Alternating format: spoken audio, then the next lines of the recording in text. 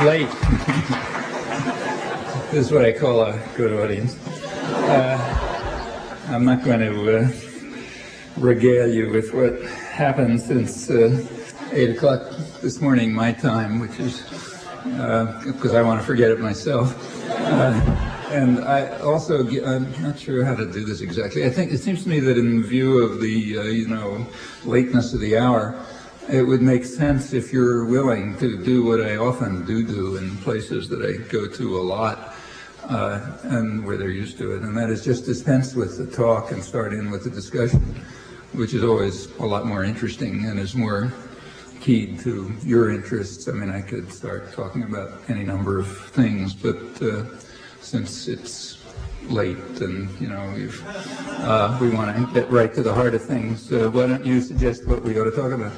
Let's talk about whether we're going to have another Cuba invasion. Another Cuba invasion? I don't think so, for a number of reasons. The main reason is that the guys who, the American business community is not in favor of it at this point, and they have plenty of clout. Now, it's conceivable that jingoist fanaticism will overwhelm, the interest of those who really run the country, but it doesn't look likely. I mean, what's happening in the case of Cuba is kind of like what happened in the case of Vietnam.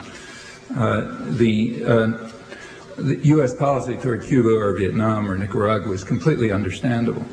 I mean, you simply have to think in terms of, say, some neighborhood in Chicago or maybe Vancouver, where the local mafia don is running the thing, and some storekeeper says he's not going to pay his protection money. Well, you don't just, you send your goons in and you get the money, but you don't stop there. You got to break his legs or kill him, or make sure that other people understand that that's not the kind of thing you do. And that's what's been driving U.S. policy. It's what drove U.S. the U.S. had basically won the war in Vietnam by the early 70s in any reasonable sense. But they didn't get maximal goals, but they got the main ones. But you have to show other people in the neighborhood that that's not the way you behave. So you have to really torture them.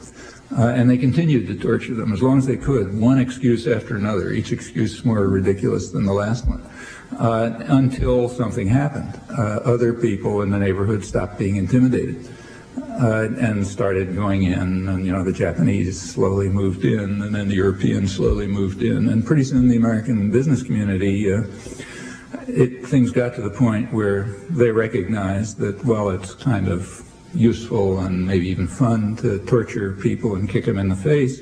It's much more important to make money. And when you pass, there comes a sort of transition point when you switch, and when that transition point came, all of a sudden it turned out that Vietnam was being forthcoming on the MIAs and making great progress in human rights and so on and so forth. So therefore American businesses could go in and get their share of the take. And that's pretty much what's happening in the case of Cuba, I think. I've got a suggestion. We're constantly being bombarded by... Is somebody talking? Yeah, can I make a suggestion? Yeah. We're constantly being bombarded by the media. It's almost a complete and total one line, and that is we have to pay back our debt. I'm sure you're having the same thing in your country. There's the same thing in Western Europe and in Eastern Europe.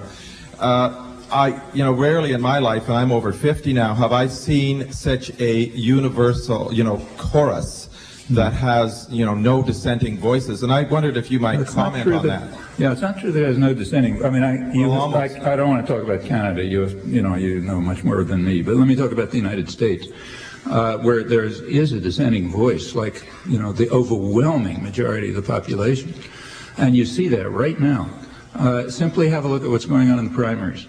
A couple of months, up to a few months ago, the top priority for both political parties was getting rid of the deficit and, balancing the budget and so on. That was the top priority for both parties. The only difference was whether you do it in, 7 years or 7 years and 2 months or something like that.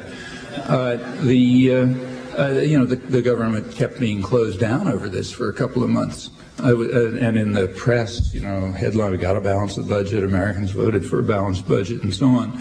Anybody who'd been looking at the polls knew that this was total nonsense. The public was overwhelmingly opposed to this on any realistic grounds. If you asked, in fact, if you looked at the polls, they had two kind of questions. There was one question for the headline writers, and that question was, would you like to have a balanced budget? And on that, everybody says yes. I mean, I would say yes. It's like asking, would you like to have your household debts magically removed? Sure, But then when people were asked, would you like to have a balanced budget if, and then comes any realistic assumption, cuts in education or health or environmental protection or you name it, it quickly became overwhelmingly no. You couldn't, so the first question was for the guys who write the headlines or on National Public Radio and so on, but the questions down at the bottom, they were for the people who have to keep their finger on the public pulse, like the public relations industry and the propaganda system and everyone else. They have to know what people are thinking. You're going to try to control minds. You have to know where they are. So if you look at polls carefully, they give you a pretty realistic picture, I mean, as much as can be done, of because the business community needs to know that. And it was very clear what the attitudes were. So contrary to what you're saying, outside of elite circles, the articulate intellectuals, the political class, and so on, most people were opposed to it. And on very solid, and you can see that right now as soon as the primary started. The minute the primary started and people had to face the voters, the budget disappeared. Nobody's talking about it. Take a look at any of the campaigns. It is never mentioned. And the reason that it's never mentioned is, well, these guys have to face angry voters, so they better talk about something else, not what they're doing. In fact, nothing that they're doing ever reaches the voters. If you compare the campaign that's going on now with the congressional, the Gingrich Army proposals, they don't even overlap. There's no contact between them. And the budget is one dramatic example of this. It takes a lot of discipline for journalists and others not to notice this and to see what it means. But there's been like a sea change. As soon as the primary season started, the budget dropped off the screen. You might ask a different question. Who's right? There's a question of fact, like is it important to balance the budget? So who's right, the instincts of the general population or the business community, which does want to do it? But of course they want to do it for very simple reasons. Balancing the budget is a weapon against social spending. So that's kind of irrelevant. But if you ask about it's not even hidden. They're not, for example, all the talk about the budget balancing, some parts of the budget are going up. In fact, two parts are going up pretty fast, in fact. One is the Pentagon. Pentagon budget is at basically Cold War levels. Actually, it's higher than it was under Nixon, and there's no Russians around. So that tells you how seriously they took the Russian threat. But it's going up, and it's going up under pressure from the far right. The Heritage Foundation, Gingrich Republicans, and so on. They want it to go up. The public has an attitude on that too. The public is opposed to that by about 6-1. But the difference between public attitudes and public policy, which is always significant, has just become like a chasm. So that's one thing that's going up. The other thing that's going up is the other aspect. Incidentally, that's going up because it's the main function of the Pentagon, its main domestic function, has always been to transfer public funds to high-tech industry.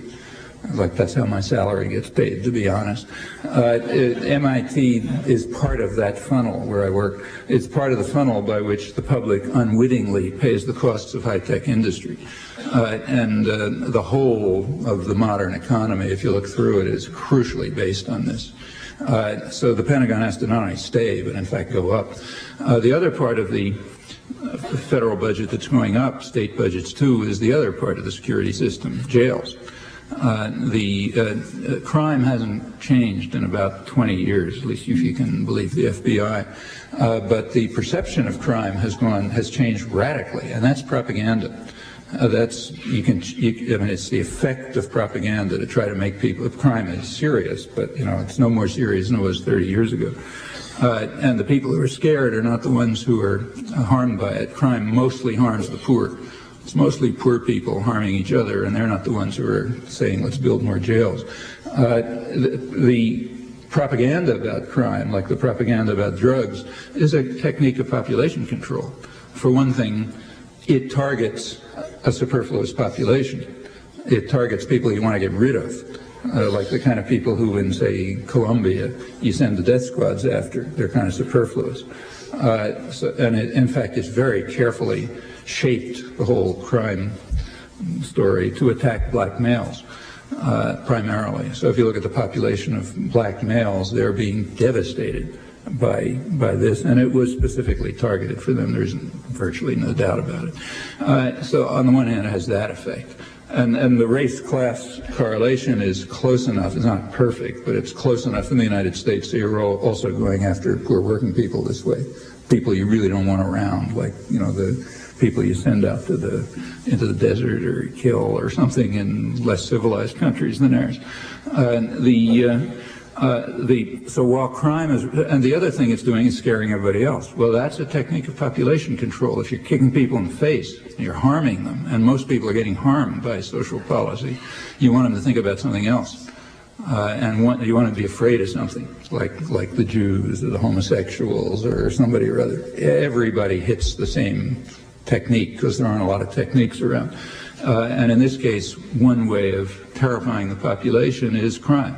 The other is crazed Arabs and all sorts of other things, but crime right at home is a good one. So since if you go back to 1980, the U.S. was kind of at the high end of the industrial world in incarceration, but now it's off the spectrum. During the Reagan years, the number of prisoners tripled without any change in the crime rate, and under Bush and Clinton, and now it's going up even faster. We long ago left South Africa behind. Russia was left behind a long time ago. Actually, Russia caught up for a while after the reforms started, and it began to understand how to behave. But now we've passed Russia again, and we're just off the scale in terms of per capita incarceration, and it's still going up. Well, that's that has a lot of effect. I mean, it's gotten to the point where, incidentally, crime rates in the United States are not particularly, they're high, but not unusually high. So if you compare the United States with other industrial countries, again, the U.S. is kind of at the high end, but not. Actually, I don't even think it's first in anything. There's one crime in which the United States really is totally by itself, and that's homicide with guns. But that has nothing to do with crime. That's because of the crazy gun culture. So like if there's domestic, where it would be domestic, like a domestic problem in some other country ends up somebody getting murdered in the United States because there are guns all over the place. But if you take that aside, you look at, robberies, rapes, car thefts or whatever, the U.S. is at the high end, but not unusually so. On the other hand, the rate of incarceration, which was not very different from other industrial countries around 1980, is now radically different. And that's that's really a reflection of social policy. It's kind of comparable to the fact that, say, inequality in the U.S., which was at the high end of the industrial world, but in the spectrum around 1980, is now off the scale. All these things are aspects of the same kinds of social policy. Now, the security system is going up very fast. You hear a lot of talk about, I'm a little off your topic, but I'll get back to it. You hear a lot of talk about how if you project health expenses, it'll bankrupt the country. Well, that's mostly nonsense. But the fact is, if you want to play that game, if you project prison building, that'll bankrupt the country even faster. In fact, the Rand Corporation did a study a year or two ago in which they pointed out that at the rate at which California was imprisoning people by some, year 2000 or something like that, they would have nothing left in the state budget for education. Everything would have to be going to prisons. And that's the kind of projection you get. Well, let's come back. Why is this going on? Well, it's kind of like the Pentagon. For one thing, it has a function. It does have the function of use of force. I mean, in the case of the Pentagon, keeps the world under control. In the case of the security system, it's kind of like social cleansing in Colombia, as well as controlling the rest of the population by frightening them. But like the Pentagon, it has another function. It is a by now rather significant Keynesian stimulus for the economy. I mean, it's gotten to the point where rural counties, which is where most of the prisons goes, are competing for prisons because money for the construction industry, and the security guard maybe still is the fastest growing white collar profession in the United States. Plus, there's big money involved. They're getting privatized, and running a federal prison it can be very lucrative. I mean, some of these companies are now, quite wealthy. In fact, it's gotten to the point where even high-tech industry is noticing. They figure they may have another scam alongside the Pentagon to feed off public funds. So it got to the point where the Wall Street Journal, about 2 years ago or so, had an article discussing the opportunities for high-tech industry to get into the security business. You implant electrodes in people, and you have supercomputers, having them under surveillance and so on. It's not crazier than, shooting down missiles in outer space or something like that. These are all kind of covers for getting new technology funded, and while this is nowhere near the scale of the Pentagon, it's noticeable. The big investment firms like Merrill Lynch and so on are floating tax-free bonds for prison construction. So it's into big business. So here's these are the two parts of the state system which are in fact growing, which again tells you something about how much they want to balance the budget. Well, the budget balancing has to be very carefully honed. It has to be used as a weapon against any part of the government system that goes to other than the rich. The part that goes to the rich, that goes up.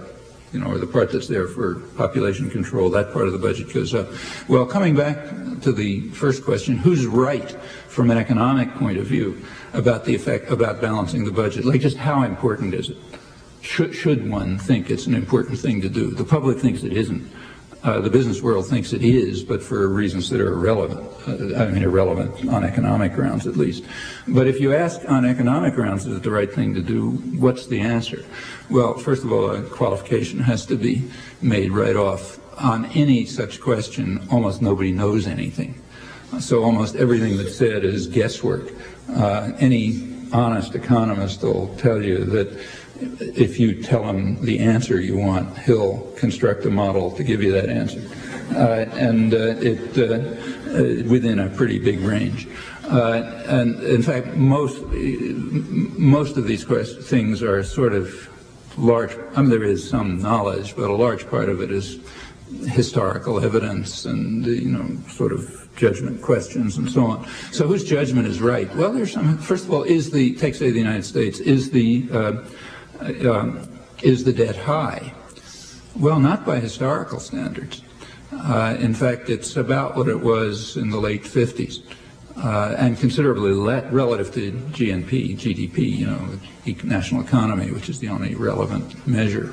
It's less than it was, say, in the early 50s. In fact, it's much less than it was during the biggest growth period after World War II.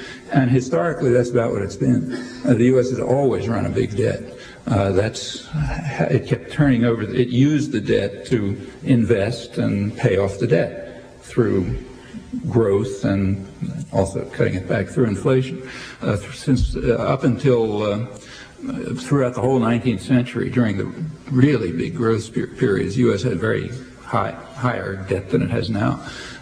So you can't argue that somehow the debt is out of sight. I mean, it did grow very fast during the Reagan years. In fact, most of the debt is Reagan debt. But that was, again, to cut social spending. And it's substantial because of the Reagan years, but not by historical standards, certainly not out of line by historical standards. In fact, I think the U.S. deficit is not debt, remember, the U.S. deficit is now the lowest in the OECD relative to the economy. It's right alongside Japan. I forget which one's lower, but the U.S. and Japan, I think, are the two lowest in the industrial world relative to the economy. So it's not, no major, it's like some catastrophe or something. It's well within historical range and not even noticeable particularly. Furthermore, there's also evidence about the effect of running deficits. There have been a couple of times, I think about half a dozen times in American history, when there has been an attempt to balance the budget. And in fact, every single one of them has led pretty quickly to either recession or deep depression. On the other hand, here it gets tricky, but there are some studies, the only studies that have been done, as far as I know, most of them done by an economist named Robert Eisner at Northwestern, which have been attempts to estimate, to try to work out the effect of a deficit on things like investment, growth, anything you can measure. It turns out there's a not huge, but somewhat positive effect to running deficits. And the reason is not very surprising. After all, every business runs deficits all the time. Every business is in debt. Every household is in debt. Everything that functions is in debt all the time. You're in debt because you're trying to do something. Now, of course, if you use debt is neither good nor bad. I mean, if you use the debt to, gamble at Las Vegas, it was a bad debt. If you use the debt to, to send your kids to college or, buy a car or start a business or something, then it can be a good debt, okay, from the point of view of economic gain and other things. It depends what you do with it. And if the borrowing is used intelligent, for example, if government borrowing goes into building infrastructure and improving education and health and so on, so there's a more viable society down the road, there'll also be more growth, more income, you pay off the debt. That's what matters. What matters is wise investment in people's lives and the way they live and what's produced and so on and so forth. And of course, wise investment is going to involve debt. Public spending is, in fact, a major way in which any economy grows. Sometimes in a healthy way, sometimes in a destructive way. It depends what you do with it. So as far as we know, at least, there's no big imperative about cutting the debt. I mean, obviously, it depends. Despite the Reagan years, which did, they did turn the United States very quickly from the world's biggest creditor into the world's biggest debtor very fast. But that was because of a combination of massive spending, massive state spending, and tremendous borrowing. There was kind of like a borrow and spend abandon in the Reagan years. And mainly, as David Stockman said right at the beginning, there's no secret, the head of the budget, because they figured if they get deep enough into debt, there'll be a straitjacket and they'll be able to kill social spending. Well, okay, if that's your goal, then that's a good thing. And if you can use cutting the debt to achieve that goal, then that's fine. But for the general population, that doesn't make any sense at all. And even on narrow economic grounds, it's very dubious that it makes any sense, probably harmful on the narrowest economic grounds. Now, in Canada, the answer to that may be different. Remember, take the talk about how the debt is a burden on future generations. Well, in the United States, that's simply not true. The debt is mostly owned by Americans, which means that the payments on the debt stay right in the country. Now, it may have a redistributive effect, like it's probably the case, although even this is pretty hard to show because of pension funds and everything else. But it's, you'd guess that it's the case that richer people hold more of the debt than poorer people, proportional income. But if that's true, then the debt will indeed have a redistributive effect, in fact, a regressive redistributive effect, although even that's challenged. But that you take care of by other means, like, say, more progressive taxation. So those are not big social problems. I mean, there's nothing unworkable about the social problems. The debt the payment on the debt just almost all stays inside the country, just gets reshuffled around in complicated ways. So there's no burden on future generations. I mean, the burden on future generations is if you don't leave them with a viable society. like if your children and your grandchildren are going to go into society which doesn't have roads and bridges and people aren't educated and people are dying of diseases and so on and so forth, yeah, then it's not going to be a nice life for them, and in fact they won't be able to maintain anything like the lifestyle people have now. But in order to achieve those goals, to create a viable society, public spending is absolutely a necessity. Furthermore, the business community knows it. That's why they insist on the Pentagon staying high, because that's the form of public spending they like. They don't call it public spending, but that's a method whereby the general public pays the costs of research and development and so on, and basically, creates the high-tech system, which is then handed over, and not just engineering and so on. Same is true of biotechnology and everything else. Hard to find a dynamic sector of the economy where that hasn't been a major factor. So yeah, there is that kind of public spending. But what about the other kind? I mean, what about helping develop a society in which a human being would want to live? Would want to live and would want to work and would want to work productively and so on and so forth. Well, that's public responsibility. Now, how that I think it's not a great idea to have that public responsibility fulfilled through a powerful central government. In fact, I think it's a rotten idea. But under current circumstances, it happens to be the only alternative to having private tyrannies run everything, which is far worse. So given the options, that's the best one, I think. But that means, and I think most people kind of sense this, and that's, or at least at some level sense it, which is why you don't have support for balancing the budget. And to get back to your original question, it's why as soon as candidates have to face the public, they drop it like a hot potato. So it's only the business world and its various flacks who say that we have to balance the budget. Not many other people do.